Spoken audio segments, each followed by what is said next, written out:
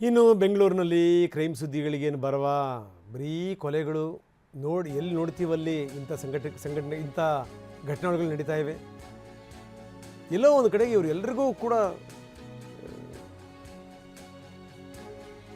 ಒಂದು ಟ್ರೀಟ್ಮೆಂಟ್ನ ಅಗತ್ಯ ಇದೆ ಅಂತ ಅನ್ಸ್ಬಿಡುತ್ತೆ ಕೆಲವು ಸಂದರ್ಭಗಳಲ್ಲಿ. ಇಲ್ಲಿ ನೋಡಿ, ಆಸ್ತಿಗೋಸ್ಕರ ಅಪ್ಪನನ್ನೇ ಕೊಲ್ಲೋದು, ಇಬ್ಬರು ಮಕ್ಕಳು. ಅದು ಎಂಥ ಸ್ಥಿತಿ!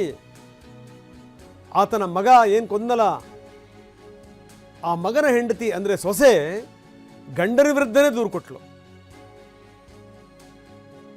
ಮೃತ ಮುನಿಕೃಷ್ಣಪ್ಪ, ಆ ಮುನಿಕೃಷ್ಣಪ್ಪನ ಸೊಸೆ ದೂರು ಕೊಟ್ಟಿದ್ದಾಳೆ, ನನ್ನ ಗಂಡ ಗಜೇಂದ್ರನೇ ಹೊಡೆದು ಕೊಂದ ಅಂತ. ಆಕೆ ಹೆಸರು ದಿವ್ಯಾ. ನೋಡಿ, ಯಜಮಾನರಿಗೆ ವಯಸ್ಸಾಗಿದೆ, ಇವರಿಬ್ಬರು ಮಕ್ಕಳು. ಅಪ್ಪನನ್ನೇ ಕೊಲ್ಲಕ್ಕೆ ಹೋಗ್ತಾರೆ ಅಂತಂದರೆ ಇವ್ರು ಎಂಥ ಮಕ್ಕಳಿರ್ಬೇಕು ಇವರು. ಇಂದಿರಾನಗರದ ದೂಪನಹಳ್ಳಿಯಲ್ಲಿ ನಡೆದಿರುವಂಥ ಕೃತ್ಯ ಇದು.